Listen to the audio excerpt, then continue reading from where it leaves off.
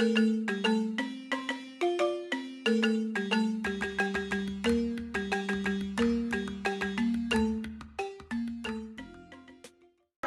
ngi lay fay.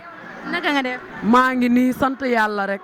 da nga ñëwoon ci Dabay Events bi. waa dama ñëwoon ci 2e édition bi ndax daaw Issa laa doon liggéeyal daaw borom Perfectimel by Adoris ren nag yàlla dogalu ko may liggéeyal Fashion Day xale bu riis bi nag ñuy jaay sunu place yu baax ñu ngi ci tenue traditionnelle yi ñun waa Fashion Day ñu ngi ci pir xëy ñun waa Fashion Day ñu ngi ci dàllu marque yi ñu ngi ci saagu marque yi gis nga ak col yu baax original bi ñun ñoo ko am loo ma bëgg a laajaat yow.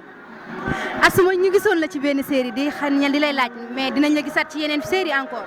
waaw da ngeen may gis ci yeneen série yoo xamante ne mu ngi ci yoon bi joué nañ ko ba pare teg ko ci télé bi rek moo des parce que man damaa bëgg sama Sénégal sama réew damaa bëgg Sénégal sama réew ba mu jeex moo tax na xale yi dañoo bëgg lu ci mel ni infidèle bëgg ci yeneen série ba ci tax na man duma ko mës a arrêté dama koy continuer di dem ndax man yéen a tax may def li may def pour dindi seen stress am nga leneen loo may laajaat.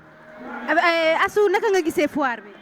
foire bi neex na li ma ci gën a neex mooy connaissance bi xale yi nday tubaarkàlla macha allah jigéenu Sénégal dañoo am jom lu góor naan bu ma xëyee def ko ñoom balaa ñoo xëy mbi daxu nan ko dama leen di ñaanal nag yàlla gën leen a may kàttan tey boo xoolee xale yi ku ci mel ni Fashion Day sama waa ji xale bi nga xam ne macha allah dafa miin liggéey xaarul daraay góor mooy borom Dubaay ñoom kosona xale yi daal ñëpp a ngi fi di liggéey sama xol bi dafa sedd guy ñiiw a ngi jaay saak ñiiw a ngi ci tisi ñiiw a ngi ci pir xëy tey boo xoolee foire bi nga xam ne lu waay bëgg rek boo jëlee sa oto ñëw fii dañ la koy jaay su ngeen mbatteeloo nag ba ci fin bi première place 2e 3e Astou Laobé ak Fashion Day nga fa nag ma daxu leen ma jaay leen lëmbalal leen loo ma bëgg a laajaat.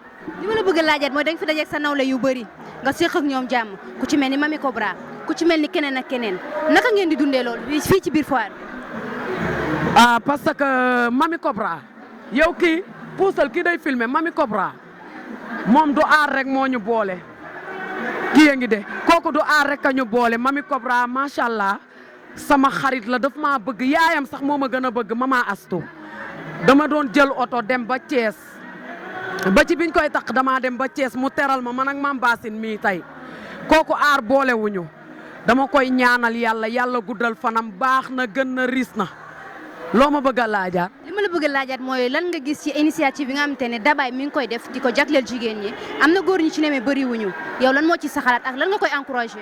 waa Dabay baax soo ma laajee ci moom dama ciy sawar parce que Dabay baax dafa gën a may jigéen ñi fit daaw la ko def mu réussir mu rëqaat ko ren ñëw defee ko nag CICES xam ne nit ñi xajatuñu ci saal yu ndaw yi mu ñëw jël CICES ku xool CICES xam ne dafa rëy ku xool CICES xam ne darab boo doon jënd darab pour lal CICES di nga ci fere ay 2 millions 80 xam nga ne CICES dafa rëy ay nitam ñoo xajatul fee moo tax nag ren mu indi ko fii Dabay baar li nga def como munu ko li nga def coomo mënu ko ndax dajale xale yi Sénégal ñëpp wax ma la dara mais jàmm ji ak connaissance bi man moo ma ci gën a neex.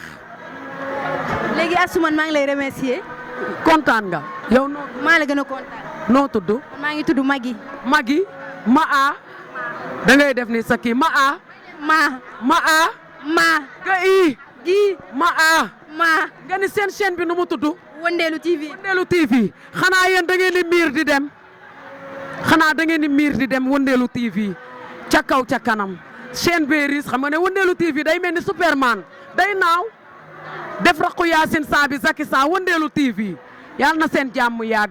amiin yaa rabbi ñu ngi lay remercier. merci beaucoup kontaan nga. kontaan naa. Sénégalais yi tàccu leen ñu tàggatoo ak Wëndeelu TV woo tàccul sa bopp yow.